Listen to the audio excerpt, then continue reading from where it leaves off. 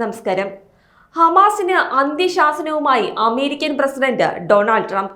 ഗാസയിൽ ബന്ദികളാക്കിയ എല്ലാവരെയും ശനിയാഴ്ച ഉച്ചയോടെ വിട്ടയക്കണമെന്നാണ് ട്രംപിന്റെ മുന്നറിയിപ്പ്. അല്ലാത്ത പക്ഷം ഇസ്രായേൽ ഹമാസ് വെടിനിർത്തൽ അവസാനിപ്പിക്കാൻ താൻ നിർദ്ദേശിക്കുമെന്നും ട്രംപ് പറയുന്നു. എല്ലാ ബന്ദികളെയും ശനിയാഴ്ച രാത്രി 12 മണിക്ക് വിട്ടയച്ചില്ലെങ്കിൽ വെടിനിർത്തൽ അവസാനിപ്പിക്കാനുള്ള ഉചിതമായ സമയം ഇതാണെന്ന് ഞാൻ പറയും. കരാർ റദ്ദാക്കുകയും എല്ലാം തകർക്കാൻ അനുവദിക്കുകയും ചെയ്യുമെന്നാണ് ട്രംപിന്റെ വാക്കുകൾ. എന്നാൽ ഭീഷണിക്ക് പിന്നിലെ വസ്തുതകൾ എന്താണെന്ന് ട്രംപ് വിശദീകരിച്ചിട്ടില്ല. താൻ എന്താണ് ഉദ്ദേശിക്കുന്നതെന്ന് ഹമാസിന് അറിയാമെന്ന് മാത്രമാണ് ട്രംപ് പറയുന്നത്. വെടിനിർത്തലിനു ശേഷം US സേനയുടെ സാധ്യത തള്ളിക്കളയുന്നുണ്ടോ എന്ന ചോദ്യത്തിന് എന്ത് സംഭവിക്കുമെന്ന് നമുക്ക് കാണാമെന്നായിരുന്നു ട്രംപിന്റെ മറുപടി. അതേസമയം ഇനിയൊരു അറിയിപ്പ് ഉണ്ടാകുന്നത് വരെ ബന്ദികളെ വിട്ടയക്കുന്നത് നിർത്തുമെന്ന് ഹമാസ് പ്രഖ്യാപിച്ചതിന് പിന്നാലെയാണ് ട്രംപിന്റെ മുന്നറിയിപ്പും ഉണ്ടായിരിക്കുന്നത്.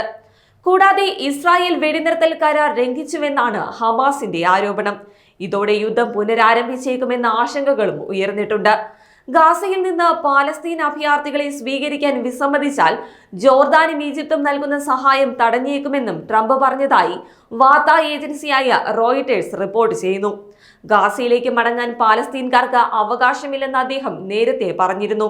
അതിനാൽ ഗാസ വെടിനിർത്തൽ കരാർ പ്രകാരം പാലസ്തീൻ തടവുകാർക്ക് പകരമായി ഹമാസ് ശനിയാഴ്ച കൂടുതൽ ബന്ദികളെ മോചിപ്പിക്കുമെന്നാണ് പ്രതീക്ഷിക്കുന്നത്.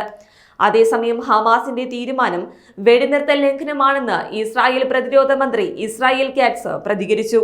ഗാസയിലും ആഭ്യന്തര പ്രതിരോധത്തിലും സജ്ജരായിരിക്കാൻ അദ്ദേഹം സൈന്യത്തിന് നിർദ്ദേശം നൽകുകയും ചെയ്തിട്ടുണ്ട്. ഇതിനിടെ ഇസ്രായേൽ പ്രധാനമന്ത്രി ബെഞ്ചമിൻ നെതന്യാഹു ഇന്ന് സുരക്ഷാ മന്ത്രിസഭയുമായി കൂടിക്കാഴ്ച നടത്തും. പ്രതിരോധം, ദേശീയ സുരക്ഷ, വിദേശകാര്യം എന്നീ വകുപ്പുകളുടെ ചുമതലയുള്ള മന്ത്രിമാരാണ് മന്ത്രിസഭയിലുള്ളത്.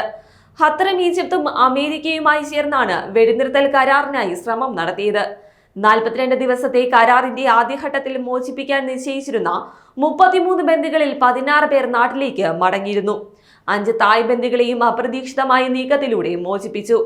മാരകമായ ആക്രമണങ്ങൾക്ക് ജീവപര്യന്തം തടവ് അനുഭവിക്കുന്നവരും കുറ്റം ചുമത്താതെ തടവിലാക്കപ്പെട്ടവരും ഉൾപ്പെടെ നൂറുകണക്കിന് തടവുകാർക്ക് പകരമായി ഇസ്രായേലും മോചിപ്പിച്ചിരുന്നു. അതേസമയം പാലസ്തീനികളുടെ അവകാശങ്ങൾ ലംഘിക്കുന്ന വിട്ടുവീഴ്ച അനുവദിക്കില്ലെന്ന് ഈജിപ്ത് അറിയിച്ചിരിക്കുകയാണ്.